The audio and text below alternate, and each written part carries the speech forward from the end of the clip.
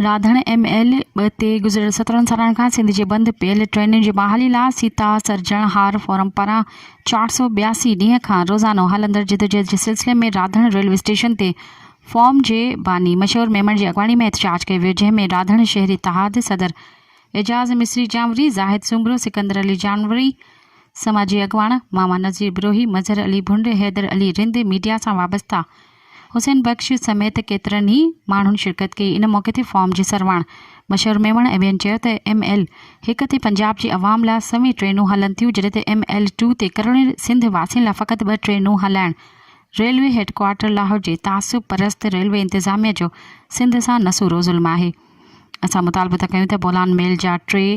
Rake, खुशहाल खटक जा 3 rake, Shahnawaz train, Shahbaz train, Zulfar train समेत ML 2 ते सिंध जूं बंदि पियल समूरी ट्रेनूं बहाल कई वञनि। मज़ीद ख़बरनि ऐं तफ़सीलात लाइ विज़िट कयो असांजी वेबसाइट www.awamiNewsHD.com ऐं ॾिसंदा रहो अवामी न्यूज़ HD।